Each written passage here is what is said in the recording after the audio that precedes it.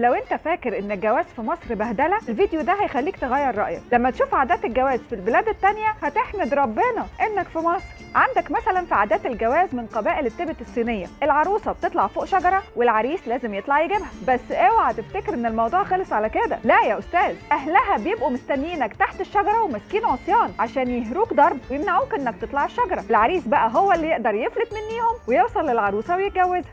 وعايزاه يجي يا فوزيه.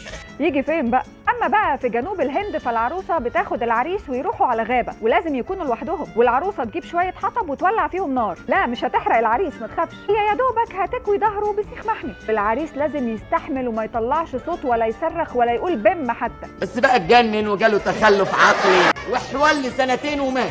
الله يرحمه. اما بقى لو رحنا على جنوب افريقيا ففي قبيله هناك العروسه ما ينفعش تتجوز العريس غير لما تقطع صباعين من ايد مامتها وتقدمهم للعريس. قال يعني هي كده موافقه على الجوازه دي. الله، وانا مالي يا لمبي؟ تخيل بقى لو الام دي عندها اكتر من بنت، هتجيب صوابع منين؟ اما بقى لو فكرت انك تتجوز في اسكتلندا فاعمل حسابك في كمامه. لا مش عشان كورونا، عشان الريحه. هو انت فاكر ان انت هتروح تاخد العروسه من الكوافير زي ما بيحصل عندنا هنا؟ لا، العروسه هي اللي هتيجي لحد عندك، بس بعد ما يكونوا صحباتها رموا عليها بيض وطماطم. قال يعني هي كده تقدر تستحمل اعباء الجواز، وانت لو ما متش من الريحه تقدر تتجوزها. ارجع دي ميته.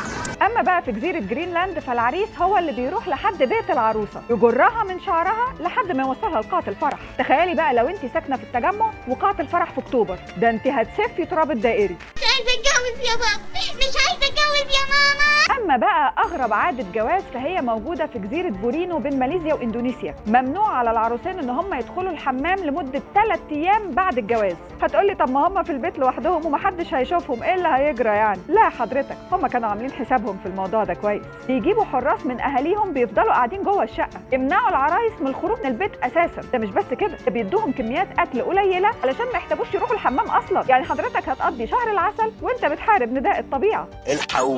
الحقونا بجد. صدقتوني بقى ان الجواز في مصر ارحم.